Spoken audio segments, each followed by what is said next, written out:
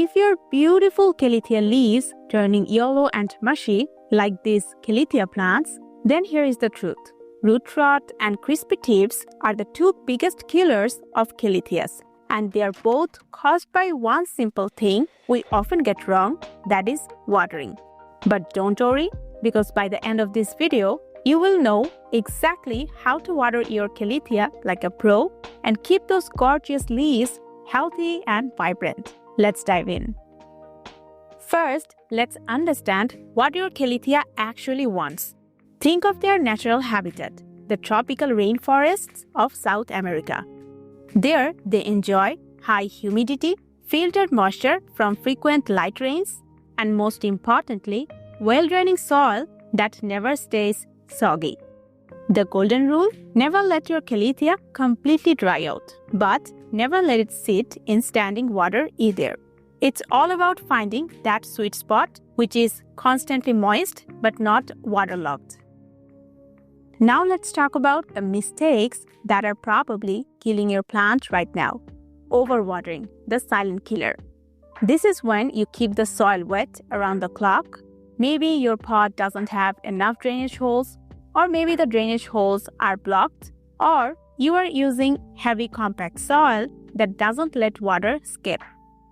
The symptoms are clear: yellowing leaves that feel soft and mushy, stems that collapse when you touch them, and sometimes even a moldy, unpleasant smell from the soil. It is because your plant's roots are literally drowning and rotting away. On the flip side, underwatering leaves your soil bone dry and compacted. You will notice crispy brown edges on the leaves, leaves that curl up like they are trying to conserve moisture, and an overall dull, lifeless appearance. At that point, your plant is basically in survival mode, shutting down to preserve whatever water it has left. Here is something many people don't realize. Tap water actually damages your Calathea. Fluoride and chlorine in municipal water can build up in the soil and cause those crispy tips everyone complains about. The solution: use filtered water, collect rainwater, or use water conditioner. Alright, now for the good stuff. How to actually water your Calathea correctly. Stick your finger about 1 inch into the soil. If the topsoil is dry, as I am demonstrating here, it's time to water.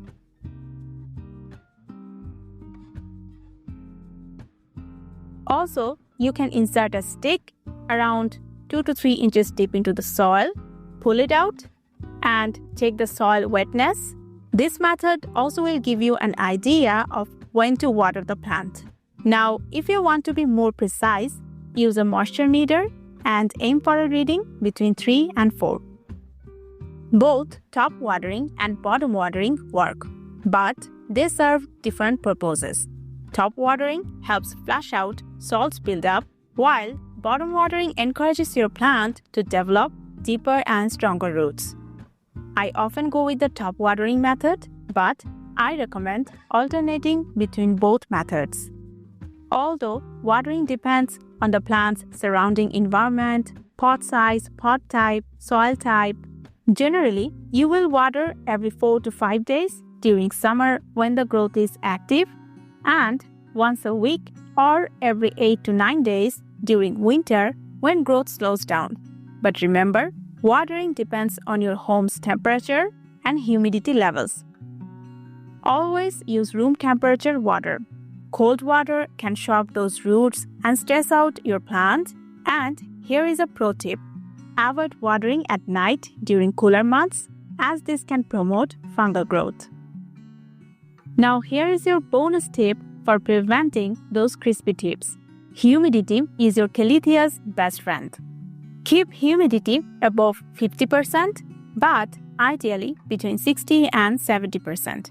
You can use a humidifier or group your plants together to create a microclimate, or set a pebble tray filled with water. Just remember to keep your Calathea away from air conditioners, heaters, and fans, because those increase the leaf evaporation rate and quickly turn those beautiful leaves crispy. So there you have it, the complete guide to watering your Calathea without causing root rot or crispy tips. Remember, constant moisture without waterlogging, good water quality, and proper humidity are your keys to success. Download for free our comprehensive PDF about correct watering practice for your Calatheas. Link in the description box.